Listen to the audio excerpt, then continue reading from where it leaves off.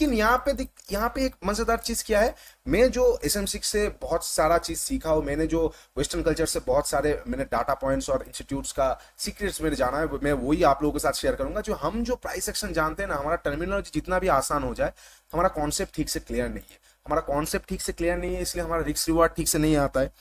हमारा risk reward ठीक से नहीं आता है तो हम बहुत लो प्रोबेबल ट्रेड्स में चले जाते हैं और हम लॉस मेकिंग ट्रेडर्स हो जाते हैं। आपको एक चीज समझना पड़ेगा, जिंदगी में, धरती में, यूनिवर्स में, क्रॉस द ग्लोब, कहीं पे भी ऐसा कोई स्ट्रेटेजी नहीं है जो आपको 100% रिजल्ट जनरेट करके देगा।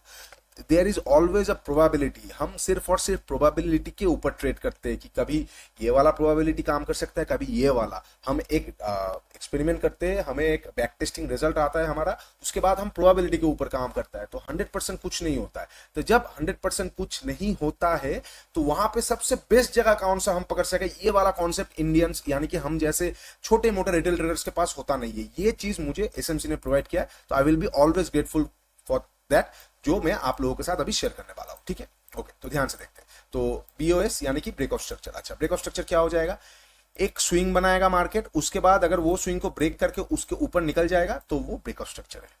सिंपल है। अभी ये मत सोचिएगा कि ये पैसा पे करने के बाद आपको ये सीखने को मिल रहा है, नहीं, ऐसा नहीं है। ये सिर्फ एक आइसबर्ग है। मतलब मान लीजिए मैं आपको जो सिखाने वाला हूँ कुछ इस तरह का है, कुछ इस तरह का पहाड़ है और इतना समुंदर से ढका हुआ है, इतना समुंदर के नीचे है और ये ऊपर में आप दिख रहे हैं। तो ये वाला चैप्टर का स्टार्टिंग से ही जज मत कीजिएगा, बहुत सारा चीज जानना बाकी है, मजा आने वाला है।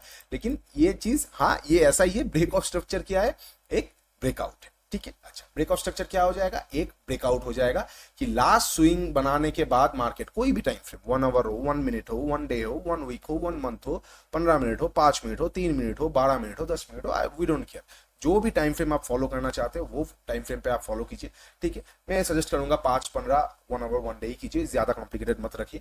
तो जो भी टाइम फ्रेम में आपको फॉलो करना है आप कर सकते हैं। ब्रेकआउट स्ट्रक्चर हो जाएगा जब मार्केट एक कंटिन्यूएशन में जाएगा। ठीक है, तो कंटिन्यूएशन में कैसे जाएगा, लास्ट स्विंग के ऊपर जैसे निकलेगा वहां पे एक ब्रेक ऑफ स्ट्रक्चर होगा। ठीक है, ये वो लोग कहते हैं बुलिश ब्रेक ऑफ स्ट्रक्चर, और बियरिश क्या बोलते हैं कि नीचे। तो हमें वो सब बुलिश बियरिश की जरूरत नहीं है, हम बस यही देखते रहेंगे कि कहां पे ब्रेकआउट्स और ब्रेकडाउन्स हो रहे हैं, कहां पे स्विंग को ब्रेक हो रहा है।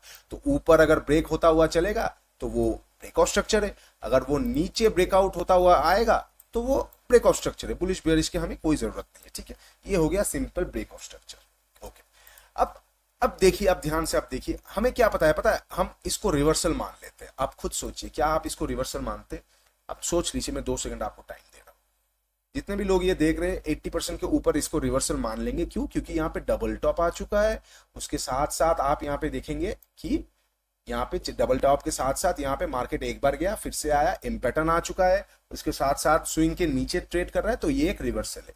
लेकिन यही चीज फॉलो करने के बाद मुझे 4 साल लॉस हुआ, जो कि आपको भी लॉस हो रहा है ना।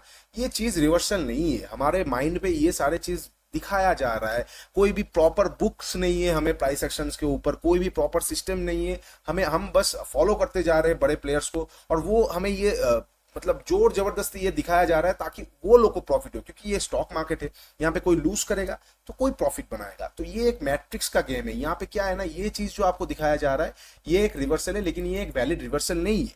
ये बहुत कॉम्प्लिकेटेड एक पैटर्न है जो कि हम आगे आने वाले टाइम पे जब बात करेंगे तब सिंप्लीफाइड हो जाएगा। लेकिन ये रिवर्सल नहीं मानते, तो हम इसको चेंज ऑफ कैरेक्टर नहीं मानते। अच्छा, ब्रेक ऑफ स्ट्रक्चर आप लोगों को समझा दिया कि ब्रेकआउट पे ही, जो ब्रेकआउट जब भी हो जाएगा तब एक ब्रेक ऑफ स्ट्रक्चर हो जाएगा। और इसका क्या रूल्स आ जाता है, सिंपल एक रूल से, कैंडल क्लोज होना चाहिए। मतलब जो कि ये चीज आपको पता ही है, आई होप।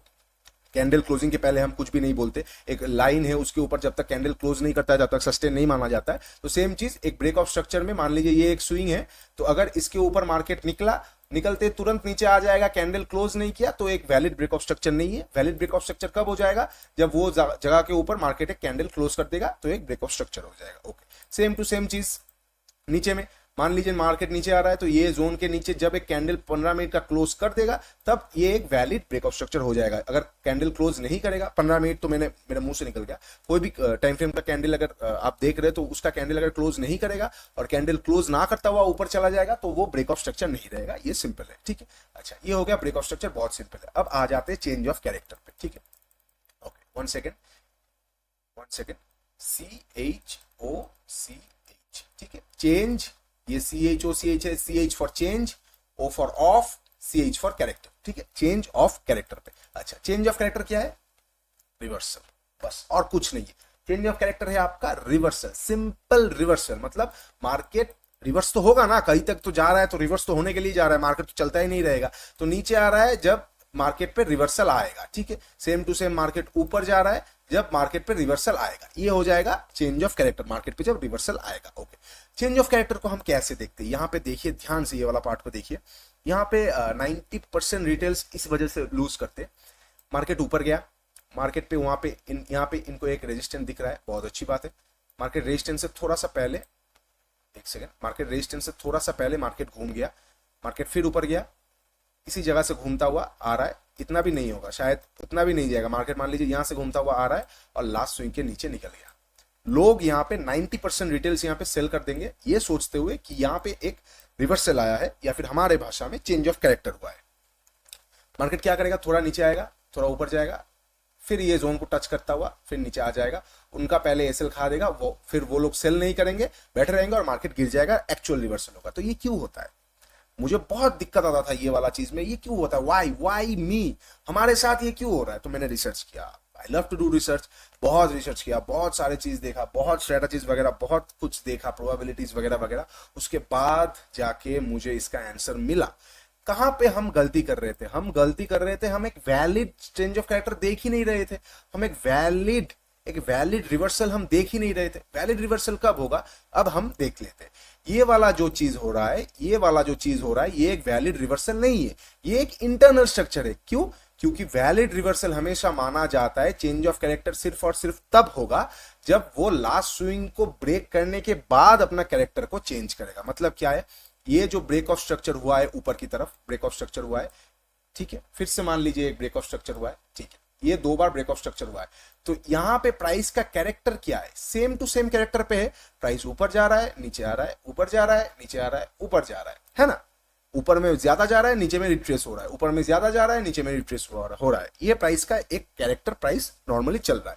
अब इसका चेंज कब होगा? इसका चेंज तब होगा अगर मार्केट अपना नेक्स्ट कैरेक्टर को तोड़ने के बाद अगर उसको चेंज करता है। मतलब एक ब्रेक ऑफ स्ट्रक्चर हुआ, अब होने के बाद अगर वो अपने लास्ट स्विंग को क्रॉस कर रहा है तो वहां पे एक चेंज ऑफ कैरेक्टर माना जाता है। लेकिन हम क्या गलती कर देते हैं? हम ये वाले चीज को देखना नहीं चाहते, हम देख लेते हैं कि मार्केट यहां तक गया, उसके बाद ऐसे जैसे घूम गया, यहाँ पे चेंज ऑफ कैरेक्टर हम मान लेते हैं या रिवर्सल मान लेते हैं। लेकिन वो बिल्कुल भी गलत है, क्योंकि यहाँ पे कभी भी ब्रेक ऑफ स्ट्रक्चर हुआ ही नहीं। यहाँ पे चेंज ऑफ कैरेक्टर होने के लिए मार्केट को ये स्विंग के नीचे आना पड़ेगा, तब जाके चेंज ऑफ कैरेक्टर होगा। अब समझ रहे हैं ना? जो एडवांस वाला पार्ट होगा, एडवांस वाला पार्ट वाले वीडियो में मैं आपको बताऊंगा कि ऐसा भी क्यों होता है, इंस्टीट्यूट्स भी ऐसा क्यों करते हैं। क्या है ना, एसएमसी ने मुझे एक थ्योरी दिया है कि ऐसा ऐसा हुआ है, मैंने ट्रेड किया, मुझे प्रॉफिट मिला। अब मैं जब इंस्टीट्यूट के लिए काम किया तब मुझे प्रैक्टिकली पता चला, अच्छा ऐसा क्यों। जब मुझे बोला गया कि यहाँ पे बाई क्यों करना है, तब मुझे पता चला, ओ अच्छा ऐसा काम करते हैं, ऐसे काम करते हैं लोग। ओके, तब मुझे ये चीज का अंदाजा हुआ। ठीक है, ये सारी चीज मैं बताऊंगा, डोंट वरी, हम स्टेप बाय स्टेप आगे जाएंगे। एक बार में मैं बता दूंगा तो आपको बहुत केओटिक लगने लगेगा। ठीक है, ओके। तो वैलिड चेंज ऑफ कैरेक्टर कैसे होगा? वैलिड चेंज ऑफ कैरेक्टर आप जो भी टाइम फ्रेम फॉलो कर रहे हैं उसी टाइम फ्रेम में हम देखेंगे। ज्यादा आप टाइम फ्रेम को चेंज नहीं कर सकते, तो उसी टाइम फ्रेम में हम चेंज ऑफ कैरेक्टर को ढूंढने की कोशिश करेंगे। कब ढूंढेंगे?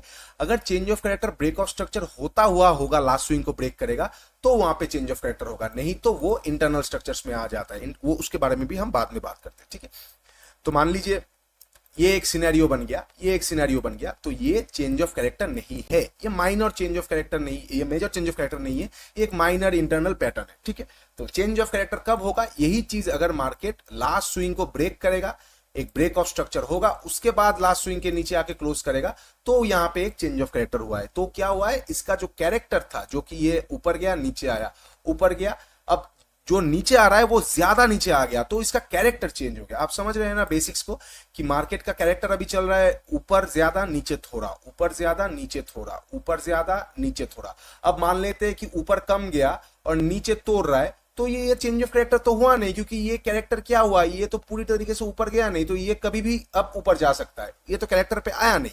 तो चेंज ऑफ कैरेक्टर तभी होगा कि मार्केट ऊपर ज्यादा नीचे थोड़ा, ऊपर ज्यादा नीचे थोड़ा, ऊपर ज्यादा, अब नीचे थोड़ा का जगह पे बहुत आ गया और इसके नीचे आ गया। अब हम बोल सकते हैं कि मार्केट का कैरेक्टर चेंज हो चुका है, अब ये ऊपर थोड़ा नीचे ज्यादा, ऊपर थोड़ा नीचे ज्यादा, ऐसे ऐसे मार्केट नीचे आएगा। तो इसीलिए इसे चेंज ऑफ कैरेक्टर हम वैलिड मानते हैं। फिर से एक बार दोहरा देता हूं कि चेंज ऑफ कैरेक्टर आप जब भी ढूंढेंगे, जो भी लास्ट स्विंग रहेगा मार्केट का, उसके ऊपर मार्केट को एक बार निकलना चाहिए, एक कैंडल क्लोज करना चाहिए और वहां पे एक ब्रेक ऑफ स्ट्रक्चर होना चाहिए। तो चेंज ऑफ कैरेक्टर हमेशा ब्रेक ऑफ स्ट्रक्चर के बाद ही आएगा।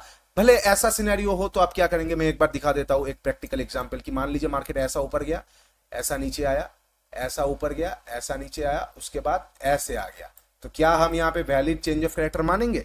बिल्कुल नहीं मानेंगे। लेकिन ये मान लीजिए अब ये ऐसे आ गया, तो इसके नीचे आ गया, क्या आप इसको हम चेंज ऑफ कैरेक्टर मानेंगे? बिल्कुल मानेंगे। क्यों? क्योंकि आप देखिए यहां पे इसने ये वाला स्विंग को तोड़ा है, जो कि इसका लास्ट ब्रेक ऑफ स्ट्रक्चर वाला स्विंग था, लास्ट ब्रेक ऑफ स्ट्रक्चर वाला स्विंग था।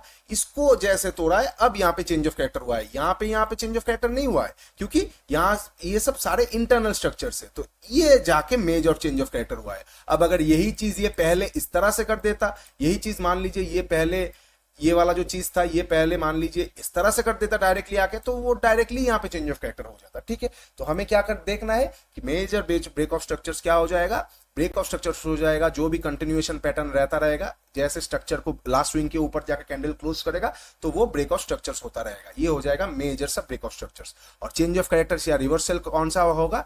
जब एक ब्रेक ऑफ स्ट्रक्चर हो जाएगा, उसके बाद लास्ट स्विंग के नीचे जैसे निकलेगा, लास्ट बीओएस वाला मतलब ब्रेक ऑफ स्ट्रक्चर वाला स्विंग, यहाँ पे कोई माइनर सा स्विंग बना है, वो वाला स्विंग नहीं, मेजर वाला स्विंग, तो उसके नीचे जब निकलेगा तब वहां पे चेंज ऑफ कैरेक्टर आएगा। ठीक है, याद रखिए ये जो चेंज ऑफ कैरेक्टर है ना, ये टाइम तक स्टे करता है। मतलब मान लेते हैं कि आपको एक एम पैटर्न मिल गया, तो मैं ऐसा नहीं बोलूंगा, हमारा ऐसा सिस्टम नहीं बोल रहा है कि हम वहां पे ट्रेड नहीं लेंगे, लेकिन वो चेंज ऑफ कैरेक्टर वाला ट्रेड नहीं है। हम यहाँ पे शॉर्ट थोड़ा सा ट्रेड जरूर लेंगे, यहाँ पे हम एंट्री करेंगे, यहाँ का एसएल लेंगे, लास्ट स्विंग तक का टारगेट लेंगे, बहुत फास्ट आ जाएगा। लेकिन मार्केट अगर जब अप ट्रेंड में था, वो अप ट्रेंड शिफ्ट नहीं हुआ है, अप ट्रेंड में ही है अभी तक, चेंज ऑफ कैरेक्टर हुआ नहीं है। ठीक है, चेंज ऑफ कैरेक्टर के बाद हम हमेशा मार्केट पे सेल ऑन राइज करते हैं, और ब्रेकआउट अगर चेंज ऑफ कैरेक्टर ऊपर की तरफ चल रहा है तो मार्केट पे बाई ऑन डिप करते हैं। ठीक है, लेकिन मिडिल में इंटरनल स्ट्रक्चर्स पे भी हम ट्रेड लेते हैं। तो ये स्ट्रेटजी का ये जो सिस्टम है एसएमसी का, इसका एक फायदा यही है, आप जो भी सिस्टम यूज कर रहे हैं उसको आपको बदलना नहीं पड़ेगा, आप इसको बस उसके साथ कंबाइन कर देंगे तो आपका ट्रेडिंग एज बढ़ जाएगा। जो मैं हमेशा आप लोगों के साथ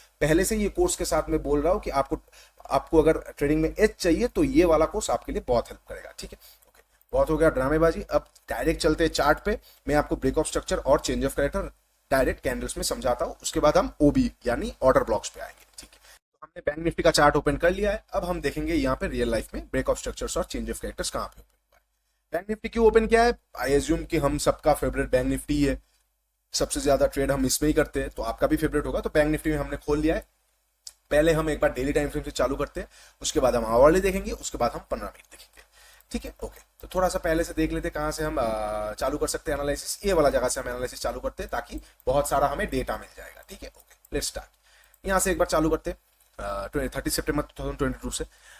मार्केट ऊपर गया, नीचे आया, ऊपर गया, लास्ट स्विंग के ऊपर जाके मार्केट ने एक अच्छा खासा क्लोजिंग दिया। ओके, बहुत अच्छी बात है, यहाँ पे हो गया एक valid break of structure, market ऊपर जा रहा है। ठीक है, बहुत अच्छी बात है। नेक्स्ट देख लेते, मार्केट ऊपर गया, नीचे आया, फिर से तोड़ा, यहाँ पे हो गया एक और ब्रेक ऑफ स्ट्रक्चर। ठीक है, बहुत अच्छी बात है। मार्केट ऊपर गया, नीचे आया, फिर से ऊपर गया, ये जोन के ऊपर जैसे कैंडल क्लोज करना चालू कर दिया, ब्रेक ऑफ स्ट्रक्चर। ओके, छोटा सा स्विंग फिर भी हम पकड़ेंगे, इसके ऊपर गया, ब्रेक ऑफ स्ट्रक्चर। ओके, छोटा सा स्विंग फिर भी हम पकड़ेंगे, इसके ऊपर गया, ये सारे जगह के ऊपर ब्रेक ऑफ स्ट्रक्चर। अब यहाँ पे आ जाता है, बहुत सारे लोग ये स्विंग को डायरेक्ट एक स्विंग पकड़ते हैं। ठीक है, ये स्विंग को डायरेक्ट आप एक स्विंग पकड़ते हैं, बहुत सारे लोग ऐसे करते हैं, लेकिन मैं मानता हूं इतना बड़ा स्विंग आप एक डायरेक्ट स्विंग पे आप नहीं ले जा सकते, तो इसलिए आपको छोटा छोटा देखना पड़ेगा। क्योंकि ये डेली टाइम फ्रेम में, अगर ये 5 मिनट वाला कैंडल होता ना, तो मैं यहाँ पे एक स्विंग पे ये मान सकता था, लेकिन ये डेली टाइम फ्रेम में, और यहाँ से लगभग 28 अक्टूबर से 14 दिसंबर, लगभग 1.5 महीने का जो पीरियड है, आप इसको एक स्विंग पे डायरेक्ट एक स्विंग पे आप मान नहीं सकते। आपको प्राइस के साथ इतना तो समझना आपको पड़ेगा कि 1 महीना प्राइस कोई भी स्विंग के बिना नहीं जाएगा। तो यहाँ पे क्या हुआ है ना, यहाँ पे प्राइस करेक्शन, स्विंग मतलब क्या है,